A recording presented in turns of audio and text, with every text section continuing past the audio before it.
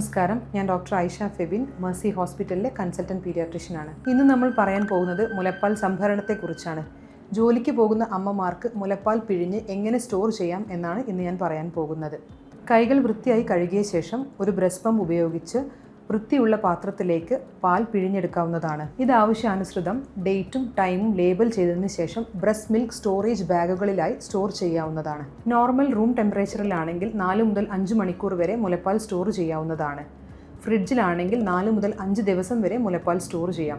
ഇനി ഫ്രീസറിലാണെങ്കിൽ 3 മാസം വരെ ബ്രസ്റ്റ് മിൽക്ക് എടുത്ത് വെക്കാവുന്നതാണ്. ഇത് ഓരോ സമയവും കുഞ്ഞിൻ്റെ ആവശ്യത്തിന് എടുത്ത ശേഷം പുറത്ത് വെച്ച് തണുപ്പ് മാറ്റേണ്ടതാണ്. ശേഷം ചെറിയ സ്പൂണോ അല്ലെങ്കിൽ പാലടയോ ഉപയോഗിച്ച് കുഞ്ഞിന് നൽകാവുന്നതാണ്.